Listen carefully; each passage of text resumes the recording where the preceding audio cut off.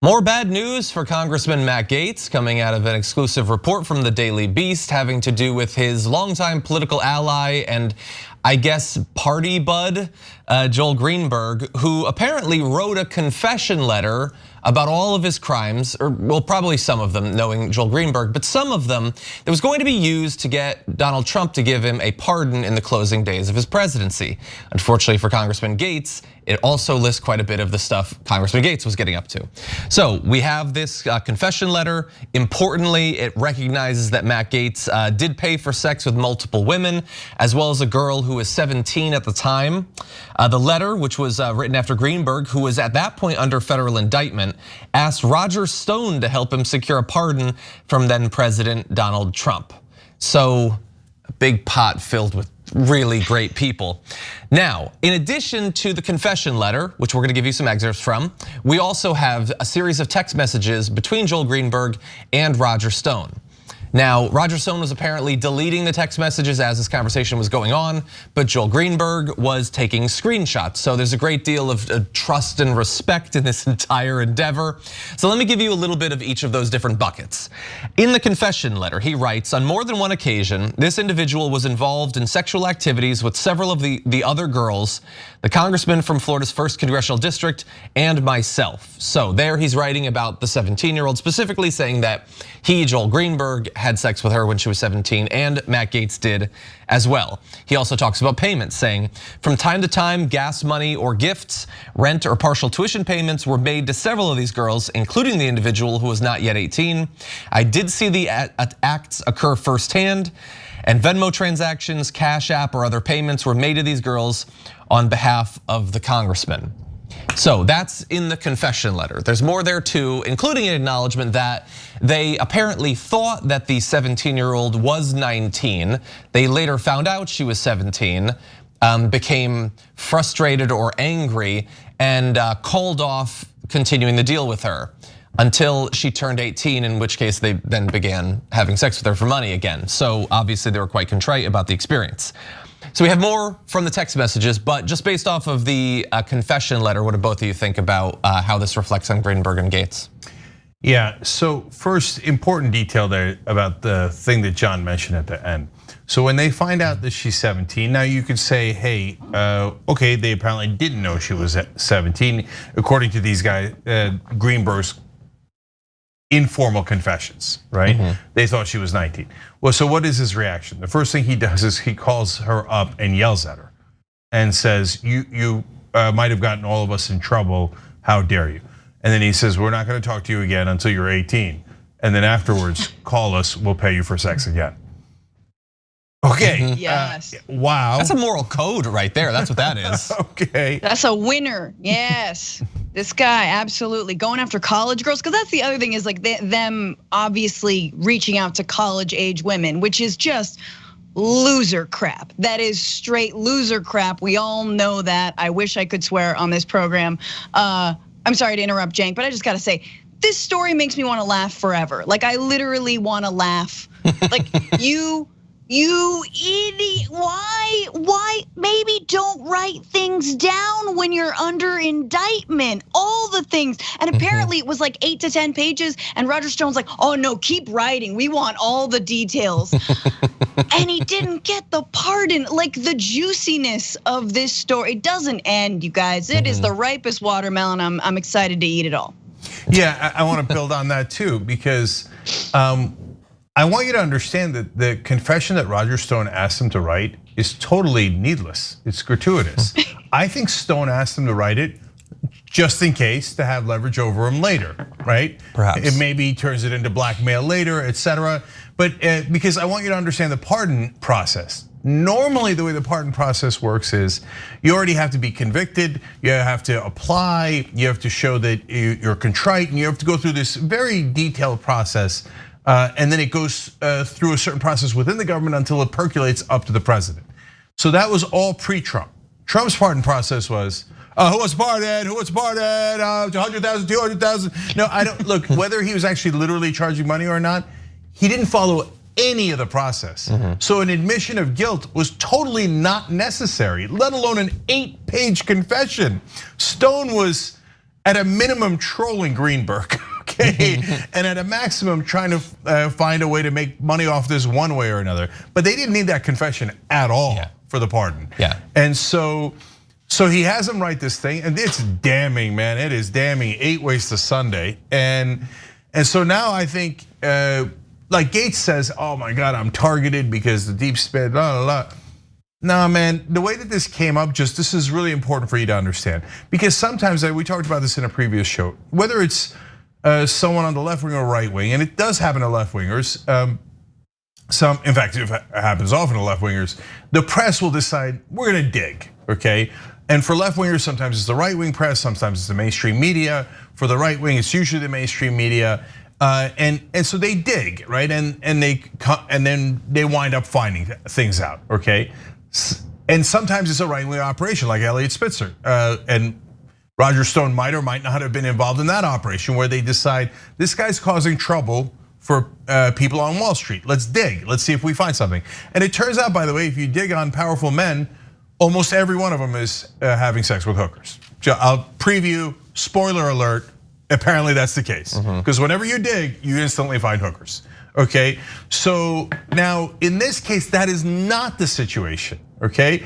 Because the way that all this unravels is because Greenberg is a random tax solicitor in Florida, a state official, and his credit card's blowing up. And it draws the attention of the local officials like, why is this random tiny little position charging so much on his credit cards? What the hell is going on here? And it turns out he was partly paying for the hookers through the credit cards.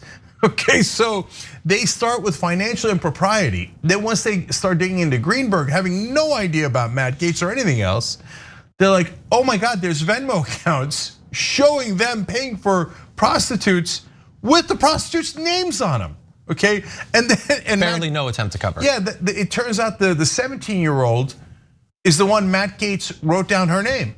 Oh, give this for her. Oh my God, you moron of morons! To Francesca's point, I can't. To take them down requires the shallowest state ever. The amount, like you don't have to worry about the deep state, dude. You are not clever enough to merit it. Yeah.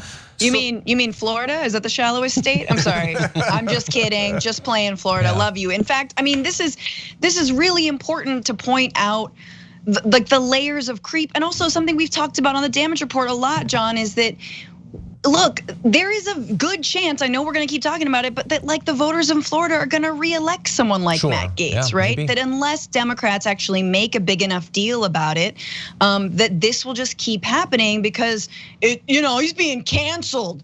He's being canceled. No, your credit cards are being canceled for maxing out on paying for college students. To that end, one of the things that might help him to get reelected, let's just briefly acknowledge, I don't care too much about this, and we do have Roger Stone to get to, but like this is the, I don't know, 5th update on this story, and maybe it's the most damning, other than maybe the Venmo payments story that came out, I believe, from the Daily Beast a couple of weeks ago. But now we have this. Fox News is not going to even pretend to care 1%. They don't have to. If this was Cuomo, it'd be the only thing that they talked about all day. But they don't need to even pretend to care about what's happening because their audience desperately wants them to pretend that this isn't happening, and that is who they're doing the show for. CNN and MSNBC definitely protect politicians, but even they had to acknowledge what was going on with Cuomo. When Al Franken had his issues, they had to talk about it. They have preferences, and they'll definitely nudge things in the direction that benefits those that they care about, but they do have to pretend. Fox is so far beyond that. They're not gonna acknowledge this any more than they acknowledge any of the other stories. There's a congressman with like clear documentation, a confession from his political ally that he was trafficking underage girls, and they will be totally silent about it. And that just makes me feel sick that millions and millions and millions of Americans get their news from a news network that is at least as detached from any concern for journalistic ethics or reality as Breitbart or any of those fringe websites. But John, it's actually worse than that because Tucker Carlson did a segment the other day defending Matt Gaetz. Even after Matt Gaetz came on his show and threw Tucker Carlson under the bus. And he's like, oh, remember when we were having the double date with the girl? And Tucker's like, no, I don't remember. But no, it doesn't matter. He changed his tune because his audience probably loves Matt Gaetz, and so they're like, oh man, that was pedophile Democrats probably having sex with underage girls in a basement of Comet Pizza, and you're like, every reporter's like, there is no basement at Comet Pizza. Okay, there's no evidence of any of that. Here on Matt Gaetz, there's overwhelming evidence. He wrote her name down in the Venmo account where he paid to have sex with her, right? They're like, no, we're gonna need more evidence than that. Okay, and we've lost 40% of the country. They just don't, I don't know that they don't care about facts. That seems to be a natural conclusion. But more importantly, to John's point, they're not getting the facts. Even if they cared about them, they're watching Fox News and reading Breitbart, etc. And none of them ever talk about Matt Gaetz other than to defend him. And Tucker on the show painted Matt Gaetz as a brave, smart guy who was being targeted. Okay, so now, and I had a right winger who believes in QAnon on the conversation, and he'd never heard of like 80% of the things that are happening in the world. And he's like, well, look, he said to me like, well, if Black Lives Matter cared about like institutional racism in the judicial system, then I'd believe them a lot more, but they're just targeting cops. I'm like, what?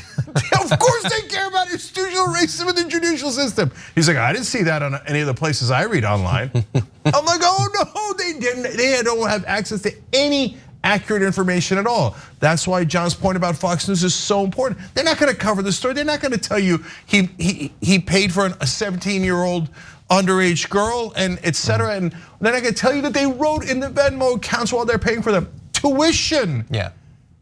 Or even, by the way, Greenberg alleges, because we don't know for sure that Greenberg is definitely did it, but credible reporting shows that a longtime ally, documented ally of Matt Gaetz, says that he did it.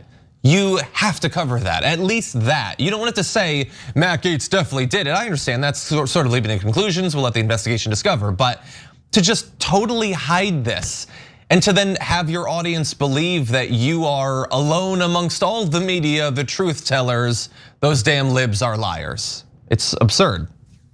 Yeah, and then the other thing that has got to be noted, that Roger Stone tried to get $250,000 out of Greenberg to get a pardon from Trump. When asked about it, he's like, no, I didn't. It's the text messages or the messages on the app Signal that apparently Greenberg screenshotted, even though they normally disappear, right? I can't imagine who the leaker could be other than Greenberg. Stone's not gonna leak this. So well, he had to create a good file against himself because he was told to. So he was just making sure he was documenting all of his crimes so he can get the pardon, because that's how he thinks it worked. I mean, I think the most interesting part about these leaks also is the way that Joel Greenberg is like, I don't know why MG, Matt Gaetz, is not defending me. Why is he not asking for a pardon from Trump? Trump loves him, he's like a son, da da da. And it is kind of curious that Matt Gaetz wasn't lobbying the president, or was he, right, for Joel? And according to Joel Greenberg, he didn't think that Matt was on his side. And so of course he's gonna flip on him once actually the charges are brought against him. He's gonna name Matt Gaetz if Matt Gaetz didn't try and get this pardon out of Trump. Who knows? I mean, again, it keeps going. Well, and let's just really bear in mind, although Matt Gaetz denies it, it was previously reported that he had asked for a pardon for himself, apparently lobbied in some way. Right. There's no evidence that he tried to do so for Joel Greenberg. Yeah, because there's no honor among thieves or underage or douchebags, right? People seeking underage girls and paying for them.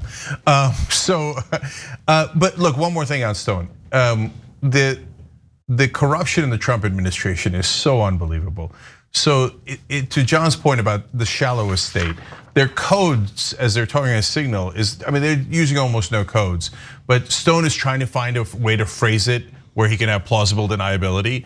So he says something like, you better get your $250,000 ready because I feel good today about a pardon.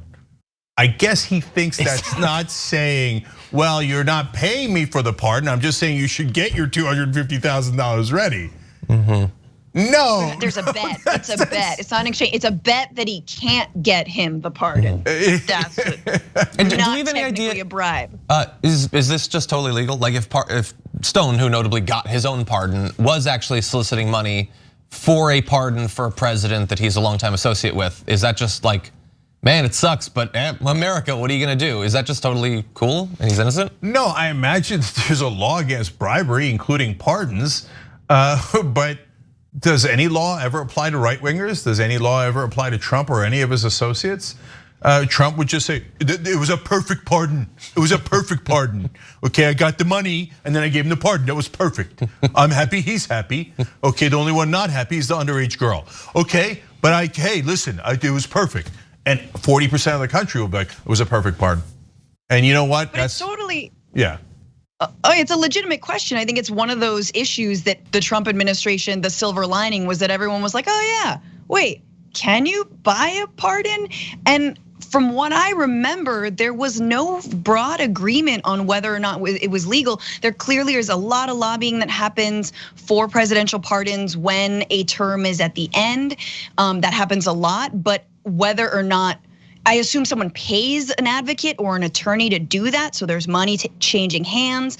But I don't think it was very clear, John. I don't think we emerged out of the Trump administration with a lot of knowledge. In fact, I think if anything, we learned more about the pardons that Obama and Bush and other presidents actually, gave to clients who really did lobby hard for them. Yeah, although, and final point, we should know, in the end, Greenberg didn't get the pardon. Trump did not give Matt Gaetz a pardon, which in hindsight looks like he would have totally gotten away with if he had done it, even if they said what it was that he did. But anyway, he didn't get them. That is. Yeah, I just want to say one more thing about that. I don't know that Roger Stone was telling Greenberg the truth because he might not have ever brought it up. He might have been just trying to scam the guy out of money, right? He is Roger Stone. But if he's telling the truth in those secret messages, he claims the White House counsel, Cipollone, is the one that blocked the Greenberg pardon. And he's like, this damn guy. So if the White House counsel actually blocked his pardon because the guy was charged with sex trafficking of underage girls, and he blocked it because that's a terrible idea, and so that Roger Stone couldn't get paid to get to pardon a sex trafficker, then congratulations to the White House counsel, who apparently, I mean, again, it's so shallow and the bar is so low, but apparently someone in the Trump White House cleared a bar. Congrats. Thanks for watching The Young Turks, really appreciate it. Another way to show support is through YouTube memberships. You'll get to interact with us more. There's live chat emojis, badges. You've got emojis of me, Anna, John, JR, so those are super fun. But you also get playback of our exclusive member-only shows and specials right after they air. So all of that, all you gotta do is click that join button right underneath the video. Thank you.